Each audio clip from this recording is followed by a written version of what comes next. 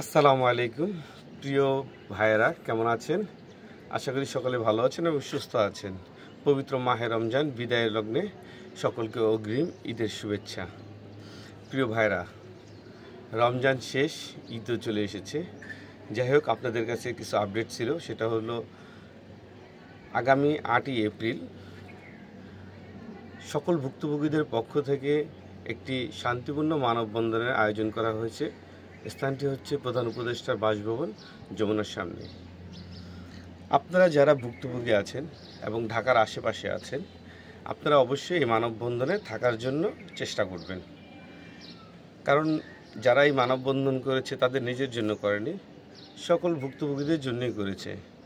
যদিও আরও একটি কথা না বললেই না, ইতিপূর্বে আমরা কয়েকটি মানববন্ধনও করেছিলাম, কিন্তু কোনো মানববন্ধনই ভালো ফলাফল নিয়ে আসেনি। সেটা আমরা হয়তো অ্যাম্বাসির সামনে করেছি। যাই হোক, এটা যেহেতু আমরা যমুনার সামনে প্রধান উপদেষ্টার কাছ পর্যন্ত পৌঁছানোর জন্যই এই মানববন্ধনটা, যাতে আমাদের ভবিষ্যতে যে সমস্যাটা বড় আকার না হয়ে যাতে এখানেই শেষ হয়ে যায়। কারণ ডক্টর ইউনূস স্যার যদি এটা নিয়ে একটু পদক্ষেপ নেয়, তাহলে হয়তো বা আমাদের এই সমস্যাটা সমাধান হয়ে যাবে। সেই সাথে আরও একটি বিষয়, সেটা হচ্ছে যারা ফ্যামিলি রিইউনিয়ন ভিসা,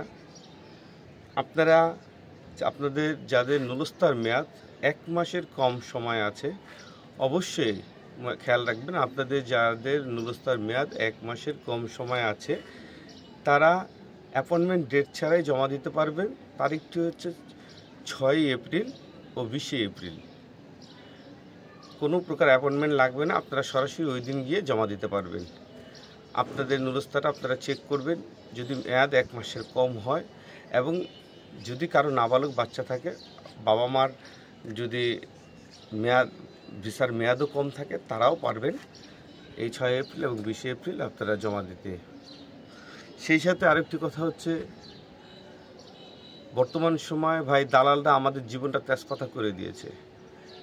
প্রায় 80,000 পাসপোর্ট আমরা জমা করেছিলাম, অথচ আমাদের ভিসা হওয়ার কথা 10 থেকে 12,000 বা 15,000 বা সামথিং আরও বেশি হতে পারে।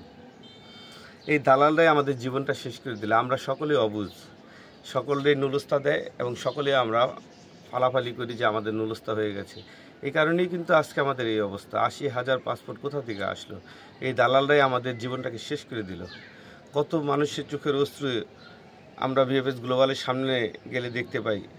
বিশেষ করে 35 থেকে 40 বছরের একটি যুবক যখন চোখের পানি পড়ে, তখন বোঝা যায় সে কতটা কষ্টে আছে। এবং 2025 সালে সকল ভাইয়েরা যারা আবেদন করেছেন, দয়া করে সকল আধার কেটে জানি নতুন সূর্য আসে।